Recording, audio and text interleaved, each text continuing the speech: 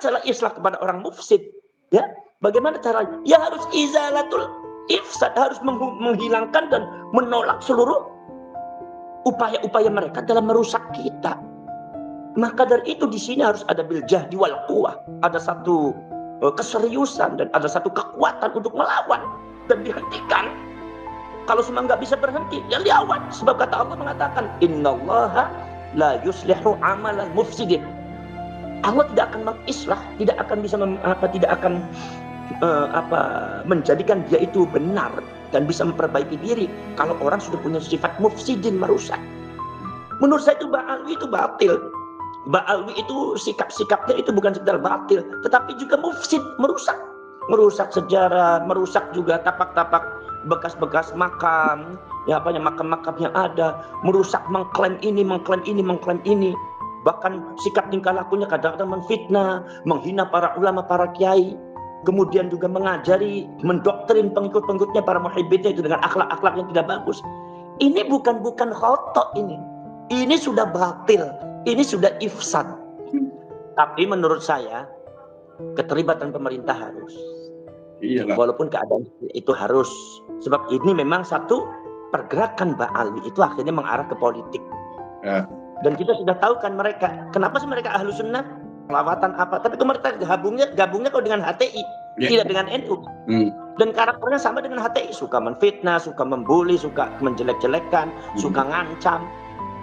Kenapa seperti itu? Kalau ahlu sunnah wal jamaah lah, kenapa kok tidak condongnya ke NU? Itu kita pertanyaan. Ternyata kenapa? Karena misi politiknya sama, menjatuhkan Indonesia, merebut kekuasaan. Itu misi politiknya sama dengan HTI. Nah nanti ketika kalau seumpama ada apa-apa, mereka sudah menang, mereka saya yakin berantem. Mereka berantem. Karena al-mu'awanatu 'ala dzulmi tu'thirul adawah. Bersaling bantu-membantu dalam kezaliman, nanti akhirnya berantem, saling musuh-musuhan, dan akhirnya bangsa ini yang hancur. Maka inilah kita jangan sampai mereka itu bisa membuat kerusakan di Indonesia. Maka saya bilang bahwa Ba'alwi ini bukan, kita menangani Ba'alwi itu bukan menangani masalah mukhti dan muslim, yang keliru dan yang tepat dan tidak tepat. Jadi jangan disamakan dengan ikhtilafnya antara para ulama dan para mujtahid. Tidak, ini batil, ini mufsidin, ini adalah orang-orang yang merusak, jadi harus dihentikan. Kita harus lawan, berjuang lagi. Itu seluruh bangsa Indonesia harus bergerak. Subscribe to my channel. Assalamualaikum warahmatullahi wabarakatuh. Waalaikumsalam warahmatullahi wabarakatuh. Bismillahirrahmanirrahim. Alhamdulillahirabbil alamin. Allahumma shalli ala sayyidina Muhammadin wa ala alihi wa sahbihi ajma'in wa la haula wa la quwwata illa billahil aliyyil azim. Ba'du. Saudara-saudaraku sebangsa setanah air yang saya cintai, saya banggakan di seluruh Nusantara, dimanapun Anda berada. Ketemu lagi dengan KB Nusantara pada malam hari ini. Pada malam hari ini temanya masih terkait dengan polemik Nasab Ba'alwi dan polemik menjelang pertemuan Banten terkait polemik Nasab ini. Dan alhamdulillah bersama kami telah hadir Gus Fuad, Gus Abbas dari Buntet Cirebon.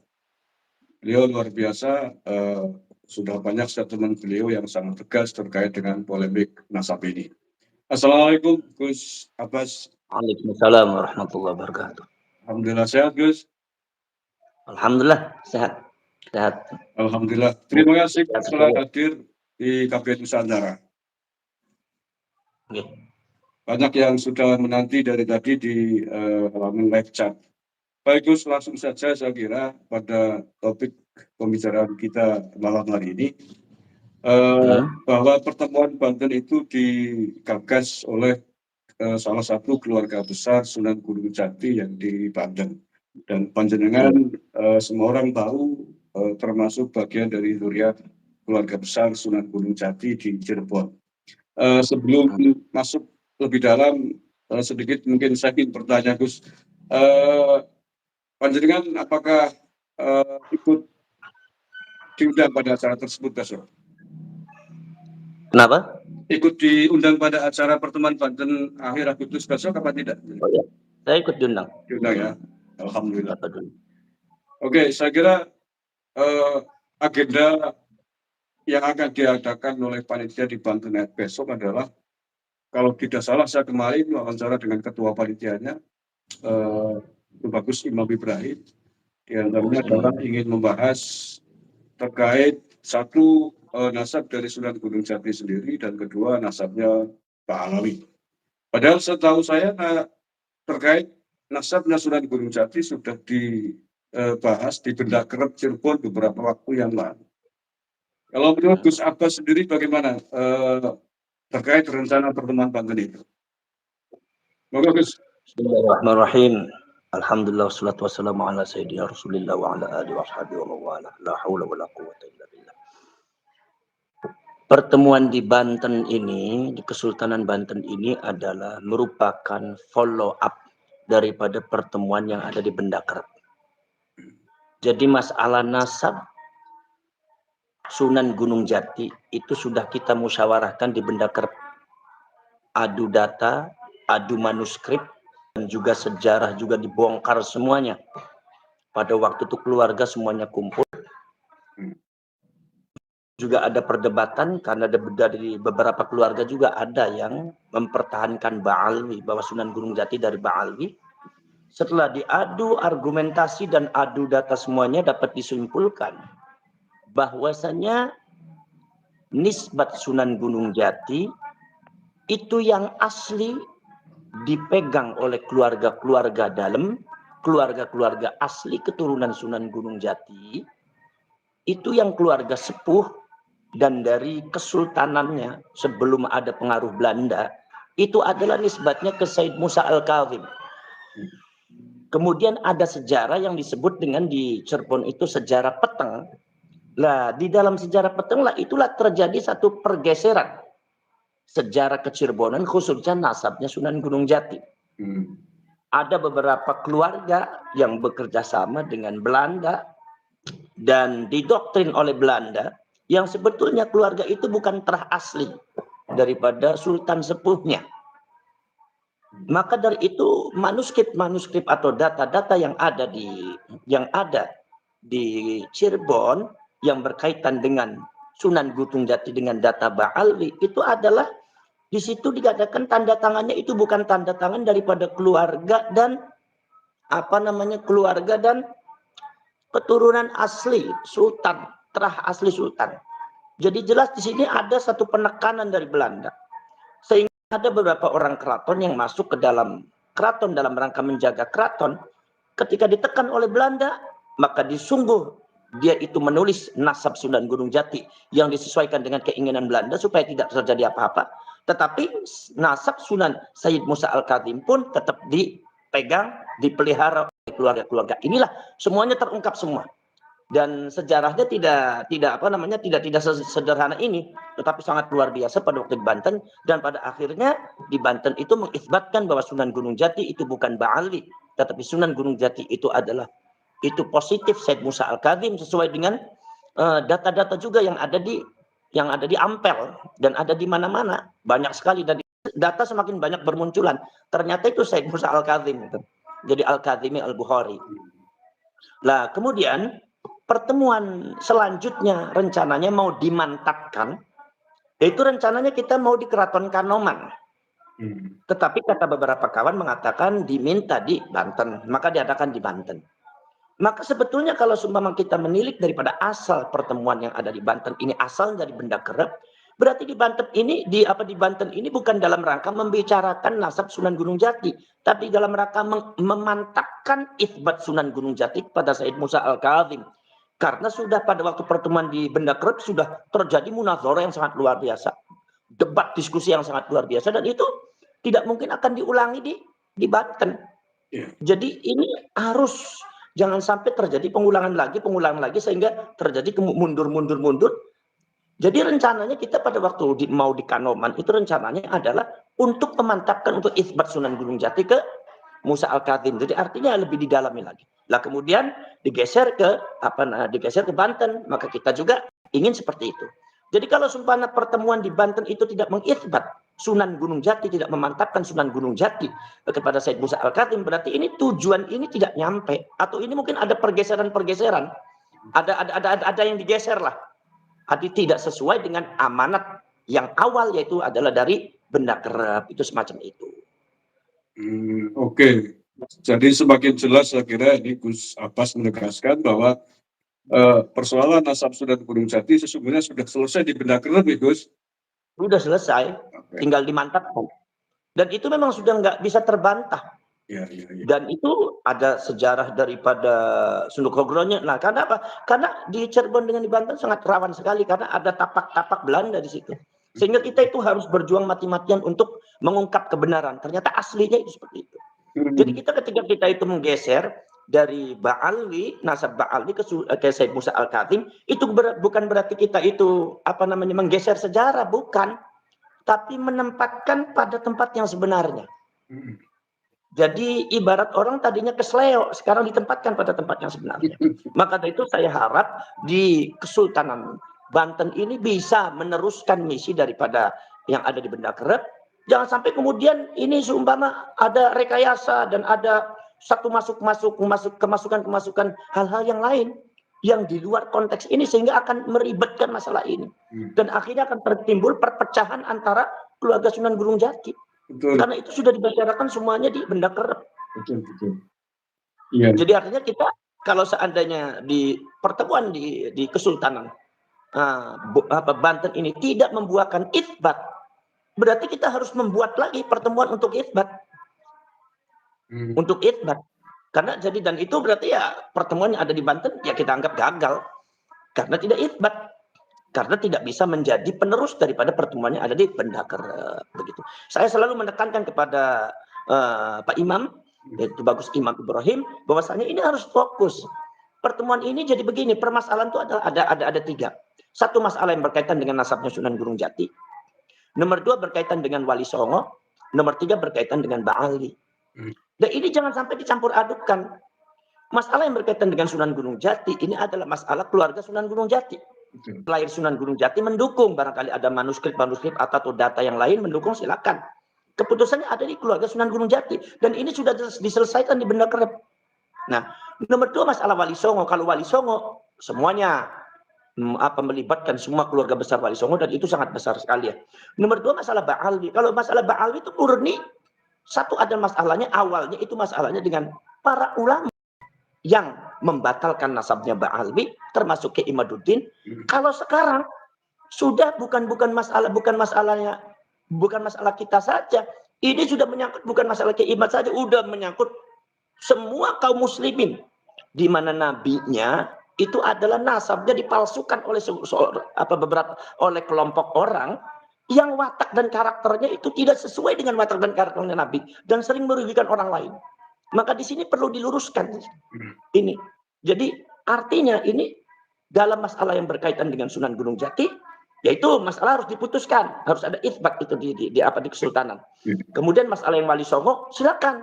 Cuma kan masalah yang berkaitan dengan Wali Songo itu kan perlu menghadirkan orang banyak, keluarga Wali Songo. Tidak sesederhana 3 hari atau 2 hari diselesaikan di Banten. Saya kan nggak bakal cukup waktunya. Kemudian nomor selanjutnya masalah yang berkaitan dengan Ba'alwi, saya kira lebih baik cari tempat yang netral, bukan di Cirebon, bukan di Banten, bukan di mana, tapi cari tempat yang netral. Pertemukan antara yang membatalkan dengan yang mengitsbatkan. Adu data di situ. Kalau bisa Robitotul Alawiyah juga diundang dan harus datang semua. Jangan sampai nanti sumpama saudara Taufik Segafnya nggak bisa datang, atau saudara Hanif nanti alasan apa lagi, atau dari Robitonya apa lagi. Akhirnya kita repot, akhirnya nggak akan selesai. Itu. Jadi semacam itu. Makanya kalau seumpama saya setuju seumpama di Banten seumpama mengusungnya seumpama islah. Ini sepertinya konsep islah di dalam masalah ini itu panitia masih belum bisa tegas karena masih belum mampu memaknai apa yang disebut islah. Islah yang mereka pahami itu seolah-olah islahu dzatil bain. Yaitu mengislahkan antara dua kubu yang sedang bertengkar. Ini menurut saya tidak pas dalam konteks ini. Itu karena apa? Karena itu pasnya itu dalam konteks apa? Wala tabaghadu wala tahasadu, saling hasud, saling marah. Satu jelek, nah, satu salah, didamaikan, namanya islahu dzatil bayin. Cuma yang namanya islah itu bukan islahu dzatil bayin saja. Ada islah di antaranya adalah islahun nafs, yaitu islah pada diri sendiri kita. Nah, contohnya masalah islah di dalam masalah nasabnya Sunan Gunung Jati itu termasuk islah di dalam diri kita. Karena nasab itu ada di dalam diri kita. Jadi ada di dalam diri seluruh keluarga Sunan Gunung Jati. Taruhlah jadi yang namanya islah di dalam masalah yang berkaitan dengan nasab Sunan Gunung Jati, islahnya adalah itsbat. Apa sebab? Islah di dalam masalah diri sendiri itu adalah islahnya adalah izalatul fasad. Yaitu adalah menghilangkan kerusakan yang ada di dalam diri kita. Makanya Allah mengatakan wa man amana wa aslaha. Barang siapa beriman dan memperbaiki diri. Memperbaiki diri, wah itu apa? Itu izalatul fasad maksudnya. Terus izalatul fasad itu menghilangkan segala kerusakan yang ada dalam diri kita, watak kita, karakter kita, sikap tingkah laku kita. Termasuk juga masalah yang berkaitan dengan Sunan Gunung Jati. Izalatul fasad adalah fasad kerusakan dalam masalah sejarah. Sebab ada yang rusak. Kita sebagai anak cucunya itu berkewajiban untuk menghapus atau membuang seluruh kerusakan-kerusakan yang masuk tanpa bisa dipertanggungjawabkan di dalam sejarah Sunan Gunung Jati. Apalagi nasab, merusak nasab. Ini kita, ini dalam rangka islah. Dari islah itu adalah dalam rangka membersihkan nasabnya dan sejarahnya Sunan Gunung Jati dari kerusakan-kerusakan yang masuk, yang ditimbulkan karena faktor-faktor eksternal. Nah, kita tugasnya seperti itu. Jadi islah di dalam masalah Sunan Gunung Jati adalah harus ada itsbat. Kalau tidak ada islah di dalam masalah diri sendiri. Satu itu ya. Kemudian juga masalah Wali Songo itu juga sama. Islahnya adalah izalatul fasad, yaitu menghilangkan beberapa kerusakan. Seluruh kerusakan yang ada tentang masalah yang berkaitan dengan Wali Songo, ya sejarahnya, ya makomnya, ya pengaruhnya, ya otoritasnya. Sebab ada yang merusak, maka kita ini adalah dalam rangka mengislahkan diri sebagai keluarga Wali Songo dengan cara apa? Menghilangkan kerusakan-kerusakan yang ada di dalam tubuh sejarah Wali Songo, di dalam sejarah Wali Songo, di dalam nasab Wali Songo. Dan semuanya itu disingkirkan semua itu. Ini namanya islah pada diri sendiri. Izalatul fasad.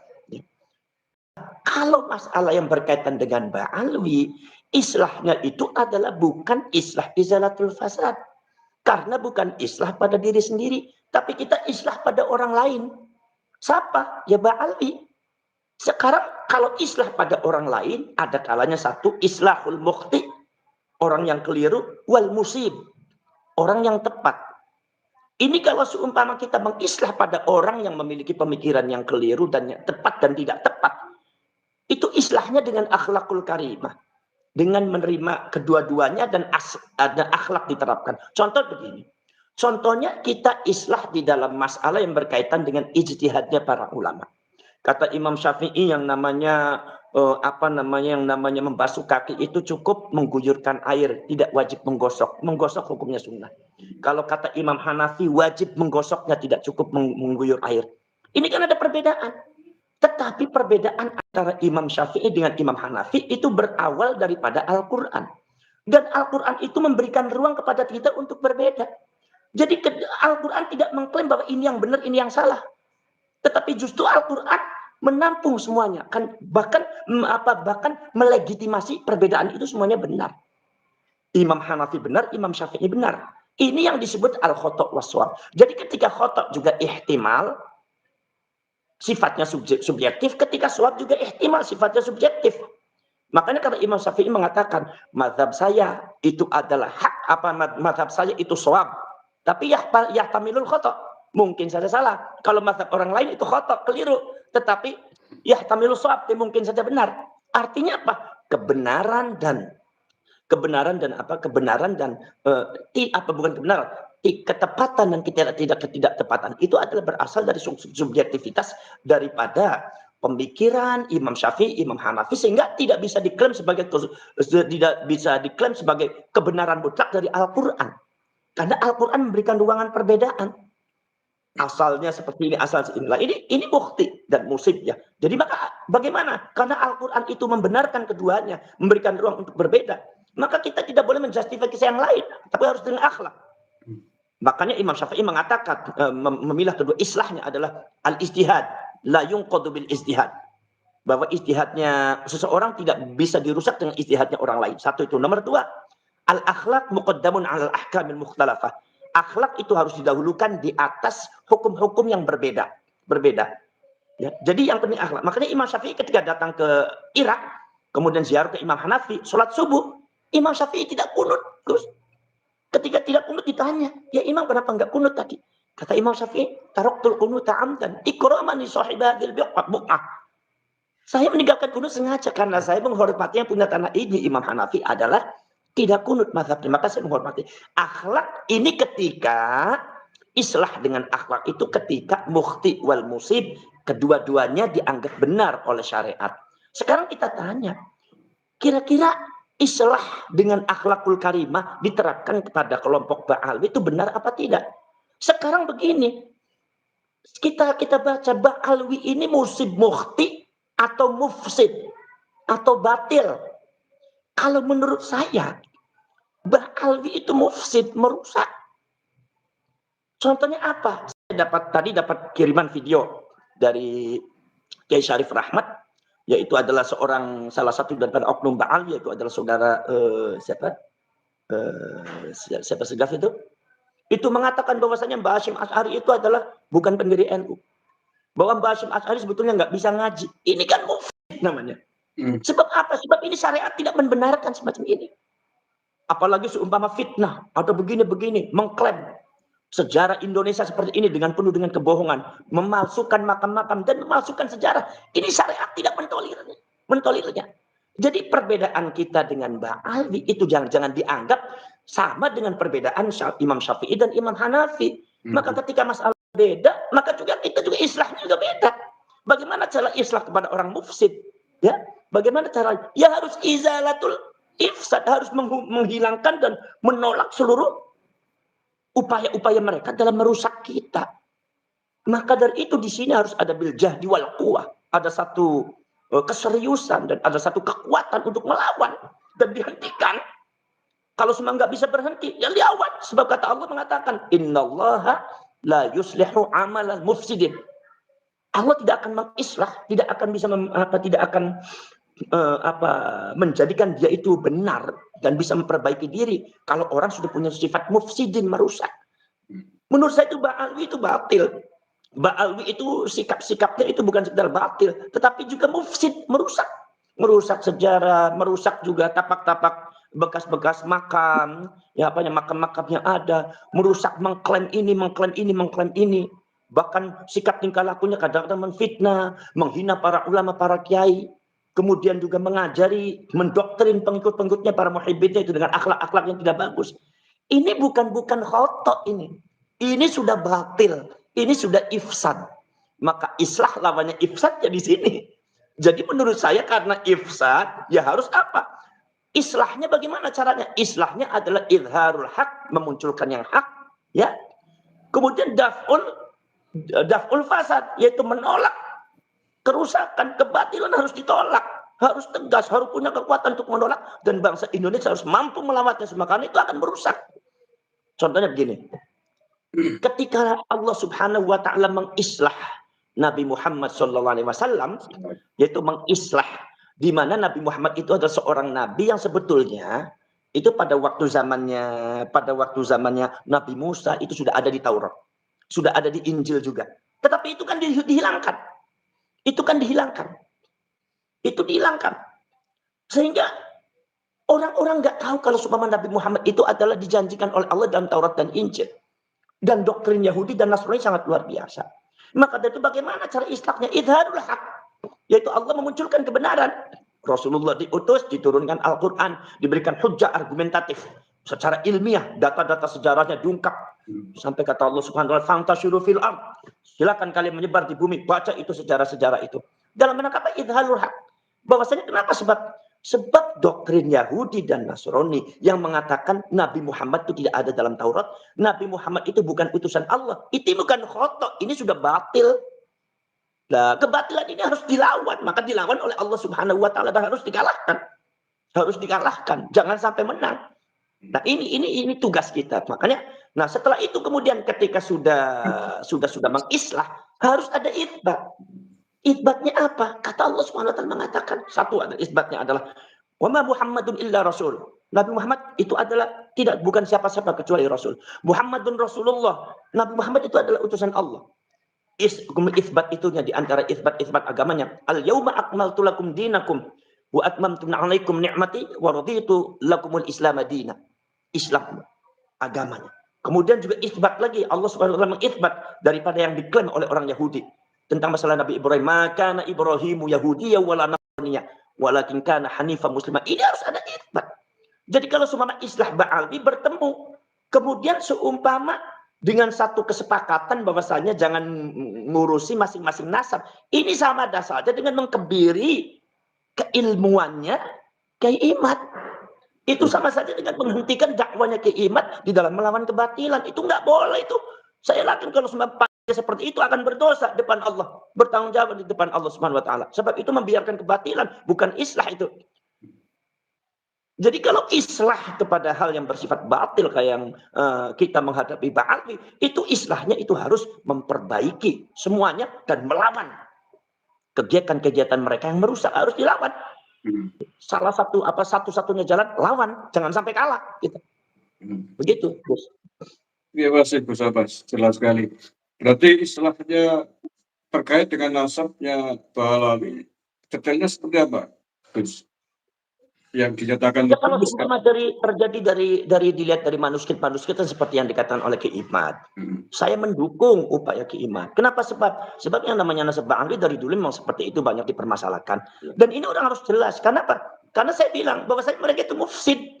Datang ke Indonesia mufsid. Menjelek-jelekan lambang negara, kemudian melakukan aksi-aksi yang tidak baik, mendoktrin masyarakat yang nggak bagus, mengklaim sejarah, bahkan juga banyak makam-makam palsu.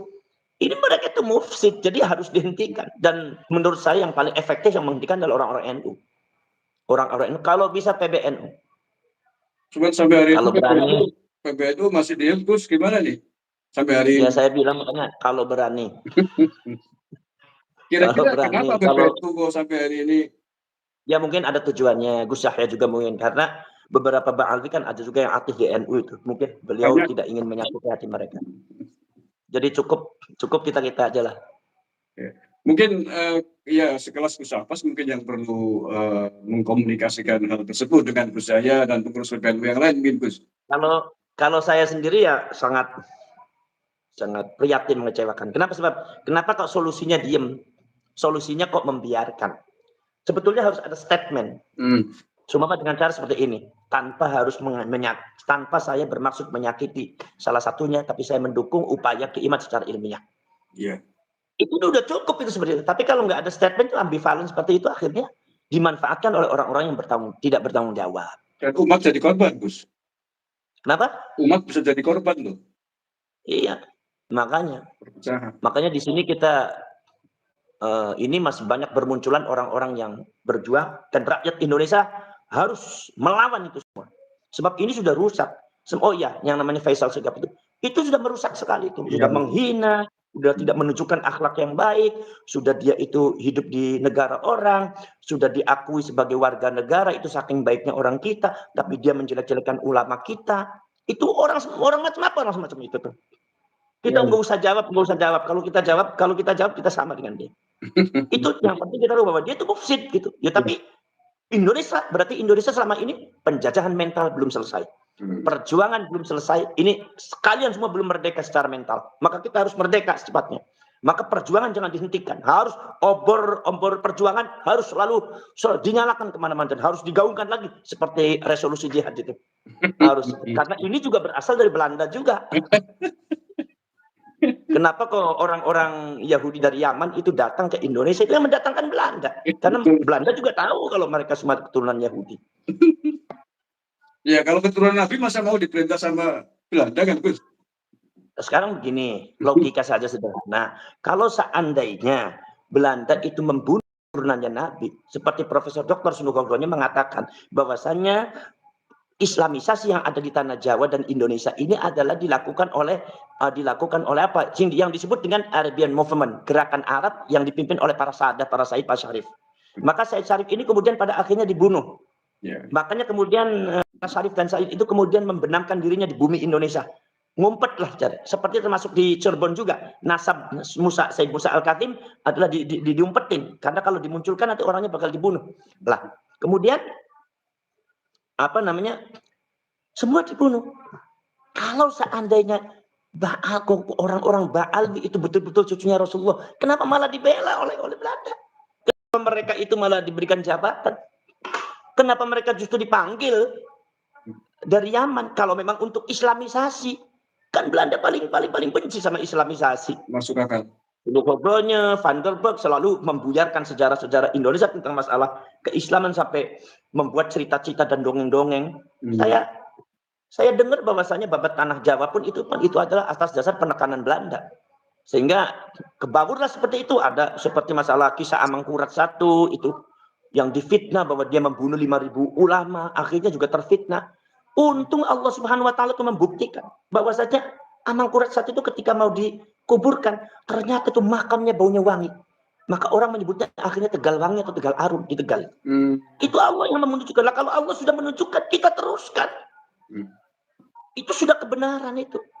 Jangan dengar klaim-klaim mereka selalu mengklaim seperti itu. Kita lawan. Bangsa Indonesia harus mampu melawan itu.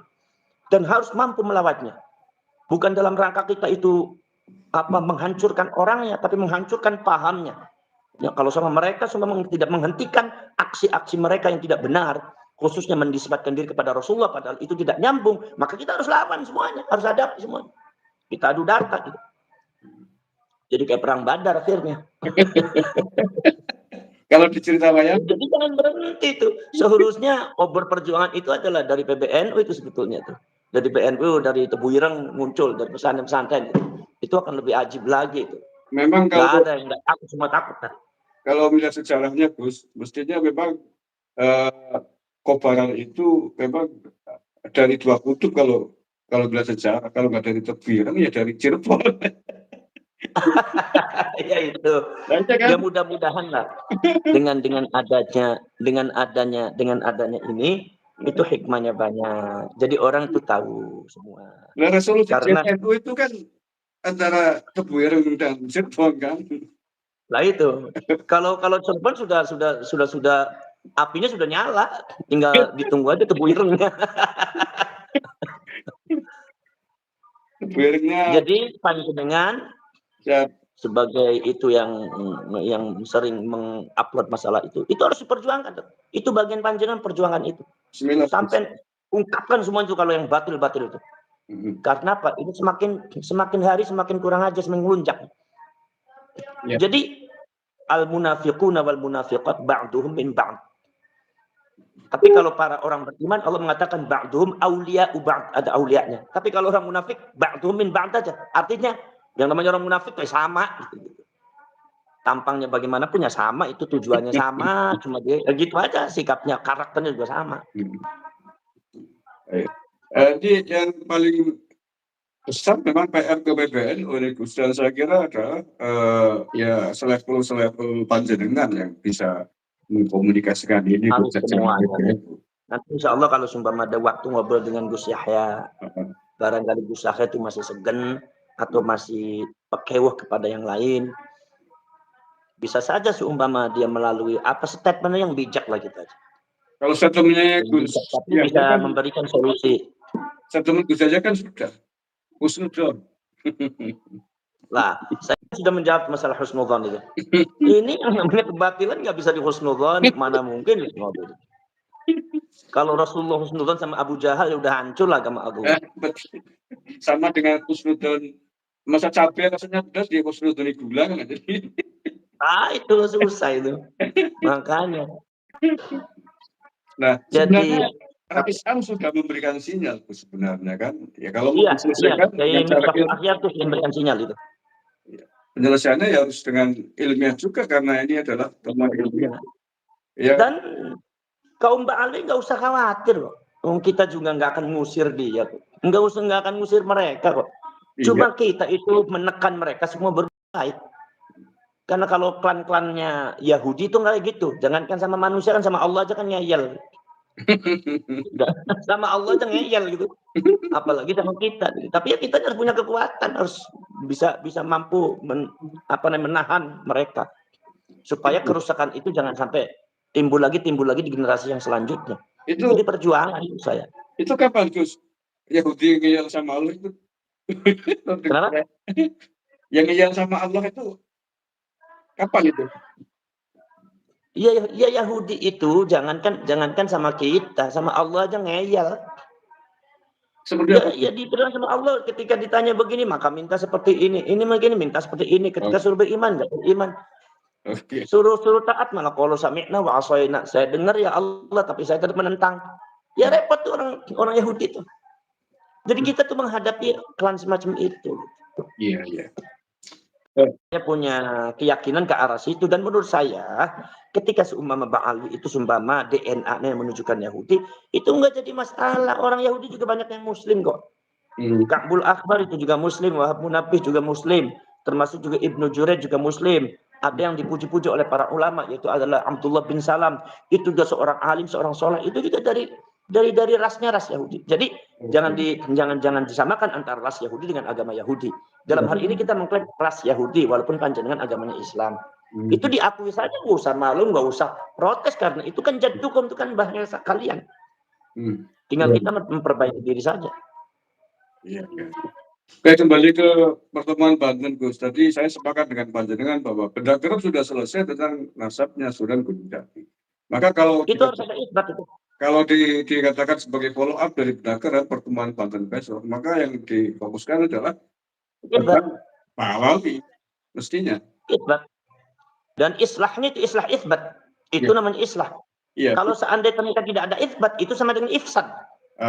Bukan islah, ifsad namanya. Menghancurkan yang sudah ditetapkan. Itu ifsad, bukan islah. Betul.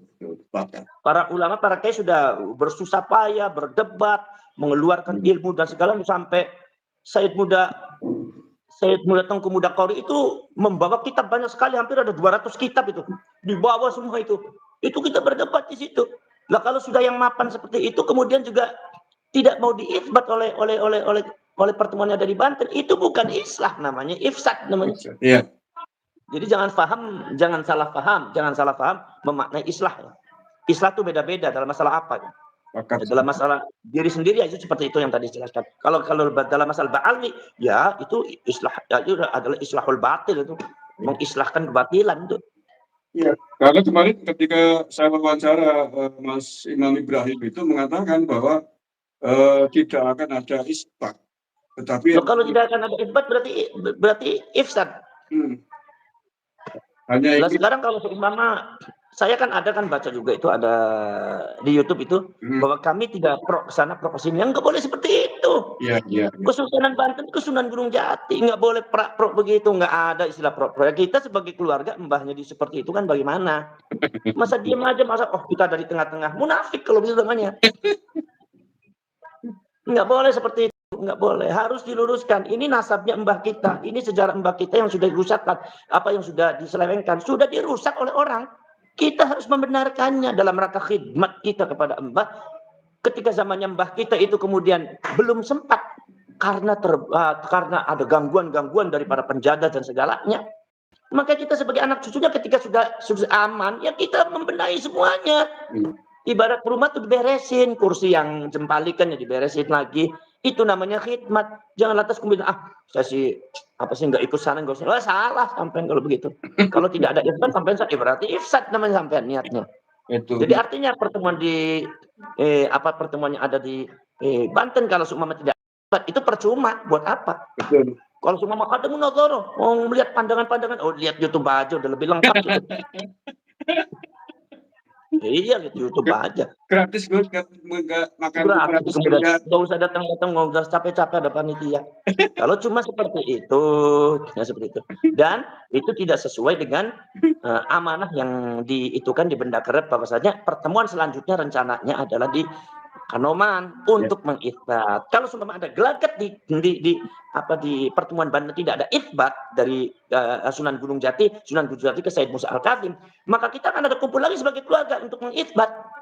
Jadi artinya pertemuan yang ada di Kesultanan Banten kita anggap gagal sebagai anak cucunya Sunan Gunung Jati karena tidak ada isbat. Jadi islahnya ingat islah isbat itu Gus. Iya. Kalau tidak ada isbat bukan islah namanya ifsad namanya.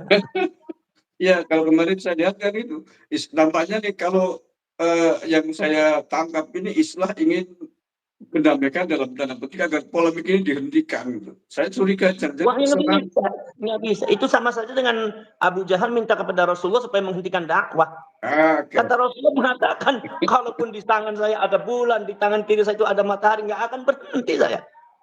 Orang Indonesia harus punya prinsip seperti Nabi, ya, teruskan jalankan. Kebatilan sudah ada di mata kita dan Allah sudah menunjukkan.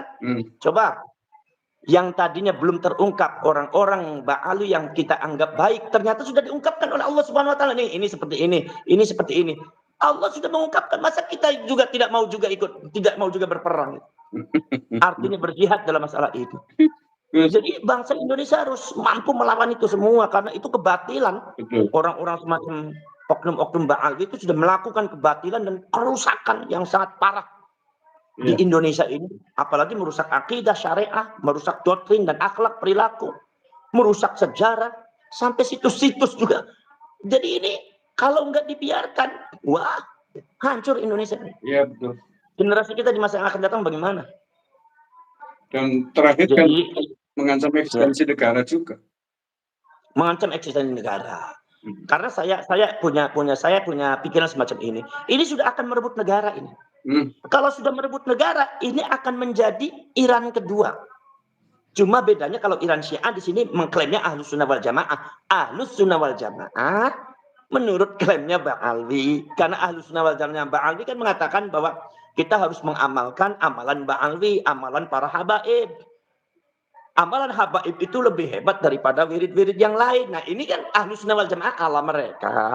Dan dia pengennya itu merebut Indonesia. Saya kan punya tujuan itu. Awal seumpama perebutan demokratisasi, di antaranya ada presiden, adalah yang condong ke Ba'alwi, ya. Makanya dia jual agama sampai jual Rasulullah dijual semuanya, ternyata nggak laku juga. Ya masa orang jual agama jual Rasulullah nggak laku sih, Gus? Iya lah. Kok bisa seperti itu, Pak? Siapa yang menghentikan? Kan Allah. Kenapa, Pak? Itu karena batil itu. Sebetulnya dari Bang Ali sendiri itu harus sadar, Pak. Saya jualan Rasulullah, jualan Allah, jualan Al-Quran, jualan hadis. Lah kok juga nggak laku-laku gitu kan? Dan Allah juga menghentikan. Kenapa? Karena Allah tahu itu kebatilan. Allah tidak akan itu sama saja melawan Allah. Yang paling sering jualan mimpi, Gus. Nah, jualan mimpi lagi. Nah, yaitu kemarin tuh ada yang cerita tentang masalah Mbak Maimun Zubair itu kan, itu katanya mimpi begini-begini. Saya bilang nanti dulu itu benar apa tidak, yang cerita siapa, betul nggak Mbak Maimun? Saya sendiri kurang yakin, apalagi kalau yang cerita Ba'alwi ya jelas nggak yakin, tambah nggak yakin. Termasuk hari ini Gus yang sedang ramai, tokoh Ba'alwi yang sekarang datang di Indonesia, itu katanya kan diperintah oleh Rasulullah lewat mimpi untuk datang ke Indonesia. Lah iya itu, gitu aja. Jadi sebetulnya mereka menceritakan hal-hal yang luar biasa itu dalam rangka menandingi fi muqabalatil karamah, di dalam menandingi karamah-karamah ulama Ahlus Sunnah wal Jamaah. Tapi karena itu kebatilan maka Allah merendahkan, bukan memuliakan. Kalau cerita masalah Syekh Abdul Qadir Al-Jailani, Imam Abdul Hasan Asy-Syadzili, cerita masalah Wali Songo, termasuk mbak saya Mbak Abbas, pada waktu perjuangan semua orang menyaksikan bagaimana dia melempar tasbihnya, kemudian pesawatnya meledak, bagaimana melemparkan kacang hijau, kemudian semuanya meledak. Dan orang-orang hanya dikasihnya kacang hijau dan pasir-pasir saja, ambil pasir. Itu karena semua menyaksikan seperti itu. Karena mereka banyak diijazahkan, itu kan kemuliaan. Tapi yang diceritakan oleh Ba'alwi itu kan dilecehkan sama orang. Itu menunjukkan bahwa itu batil. Jadi Allah tidak memuliakan. Tidak berbuah kemuliaan. Walaupun sama-sama luar biasa, sama-sama tidak masuk akal. Tapi yang ini karomah beneran, yang ini karomah palsu. Ya sebetulnya dari Ba'alwi juga ada orang yang soleh dan punya karomah. Ada. Tapi karena kebanyakan diceritakan semacam itu, akhirnya orang tuh sudah condong nggak percaya. Mudah-mudahan ketegasan Gus Abbas ini didengar oleh panitia di Banten. Ya, mudah-mudahan jadi pertemuan di Banten harus ada isbat. Kalau tidak ada isbat berarti ifsad. Ya. Dan kita semua harus bertanggung jawab depan Allah, depan mbah kita. Kenapa? Karena kita sudah menggores sejarah yang tidak benar. Kenapa? Karena sudah bukti data sejarahnya sudah buka semuanya. Dan ini manuskrip sudah datang semua. Yang tadinya disimpan karena takut sama Belanda, sekarang sudah terungkap semua masalah ini. Ternyata nisbatnya Said Musa Al-Kawib. Terus Gus, banyak juga yang bingung bertanya. Selain PBNU tadi diam, yang kedua negara juga nampaknya hanya menjadi penonton pada persoalan yang sangat Nah, rumit. ini juga maka dari itu, kalau negara itu sebetulnya wait and see aja itu. Hmm. Kalau sudah pada waktunya kan nanti juga bergerak. Cuma kan seperti ini, kalau sejarah kan dia punya rumus-rumus sendiri. Hmm. Yaitu adalah antaranya kalau sudah mengancam negara lah itu baru bertindak. Makanya Wahabi kenapa tidak ditindak oleh negara? Karena dianggap oleh negara tidak mengancam keamanan gitu. Sehingga kalau cuma hanya berbeda ini dengan NU ya udah biarin gitu, sebagai rakyat Indonesia. Tapi ketika dia sudah ngebom atau baru tangkap. Ya di Bali juga masalahnya juga seperti itu mungkin. Iya. Berarti sementara ini untuk menghadapi orang-orang Pahlawi cukup kita dulu gitu ya? Itu harus rakyat semua. Tanpa negara pun bisa. Rakyat lebih kuat kok. Nanti Rakyat kalau sudah bisa rakyat menjungkalkan pemerintah. tiba-tiba rakyat mengusir mereka bagaimana? Kenapa? Ya nanti kalau rakyat yang bergerak tiba-tiba mengusir mereka gimana? Ya kita ya bisa argumentasi di depan pemerintah. Tapi menurut saya keterlibatan pemerintah harus. Iyalah. Walaupun keadaan itu harus. Sebab ini memang satu pergerakan Ba'alwi itu akhirnya mengarah ke politik. Ya. Dan kita sudah tahu kan mereka. Kenapa sih mereka Ahlus Sunnah? Lawatan apa? Tapi mereka gabungnya kok dengan HTI. Tidak dengan NU. Dan karakternya sama dengan HTI. Suka menfitnah, suka membuli, suka menjelek-jelekan, suka ngancam. Kenapa seperti itu? Kalau Ahlus Sunnah wal Jamaah, kenapa kok tidak condongnya ke NU? Itu kita pertanyaan. Kenapa? Karena misi politiknya sama. Menjatuhkan Indonesia, merebut kekuasaan. Itu misi politiknya sama dengan HTI. Nah nanti ketika kalau seumpama ada apa-apa, mereka sudah menang, mereka saya yakin berantem. Mereka berantem. Kayak al-mu'awanatu 'ala dzulmi tu'thirul adawah. Bersaling membantu dalam kezaliman, nanti akhirnya berantem.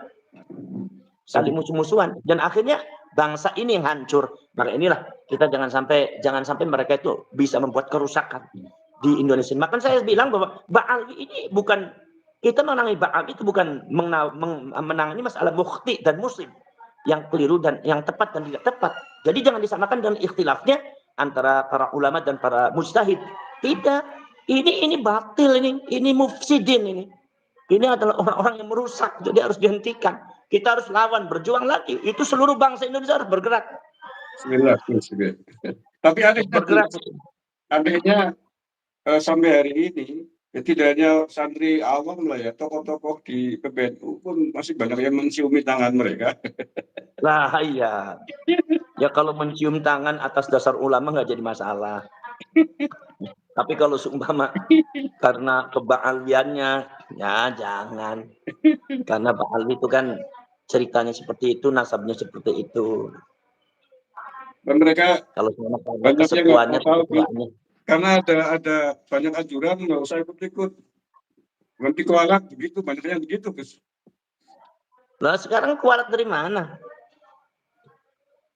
Ada nggak orang-orang yang menjelekkan orang itu kemudian bisa ngualati? Oknum Ba'alwi menjelekkan Gus Dur, oknum Ba'alwi menjelekkan Mbah Hasyim Asy'ari. Tidak orang semacam itu ngualat itu. Sekarang saya tanya, kualat itu milik siapa? Milik Allah. Karena kualat itu azab atau iqab. Milik Allah, bukan milik orang. Dan Allah menurunkan azab dan iqab kepada seseorang akibat perbuatannya kepada orang lain. Orang lainnya itu yang benar. Kalau orang lainnya kayak Ba'alwi yang model begitu ya, oknum Ba'alwi yang seperti itu, nyuruh saya nggak bisa ngualatin, jangan khawatir, nggak usah takut. Iya, sepakat Gus. Itu yang disebut sama saya bahwasanya Indonesia ini secara mental masih terjajah oleh Ba'alwi dan itu warisan daripada Belanda. Dan kita harus merdeka. Ini Agustus ini 17 momen yang sangat penting, harus merdeka kita. Ya, dan ini seluruh lapisan masyarakat harus bergerak semua. Jangan cuma satu. Kalau ada ketidakbenaran yang dilakukan oleh oknum Ba'alwi, segera kita remuk semua. Segera kita share semua. Supaya kita orang tahu sebagai bangsa Indonesia. Siap Gus. Oke, saya kira semua sudah jelas yang disampaikan oleh Gus Abbas. Mudah-mudahan semuanya selesai ya. Mudah-mudahan Dan mudah-mudahan juga Allah memberikan petunjuk kepada bangsa Indonesia dan rakyat Indonesia dalam perjuangan ini, memberikan Amin. petunjuk dan memberikan keberanian Amin. dan kemampuan dan kekuatan untuk melawan itu semua. Amin ya rabbal alamin. Terima kasih Gus Abbas. Sebelum saya tutup, mungkin ada semacam closing statement atau kesimpulan yang ingin panjenengan sampaikan dulu, Gus.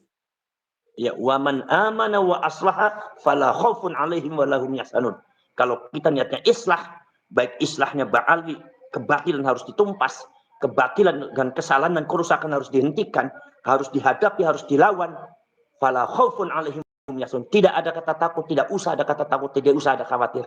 Insya Allah akan memenangkan kita. Karena kita ini masih terjajah. Kita harus merdeka. Baik zahiran wa batinan, harus merdeka kita. Amin. Oke. Terima kasih Gus Abbas telah hadir di acara live KBR Nusantara.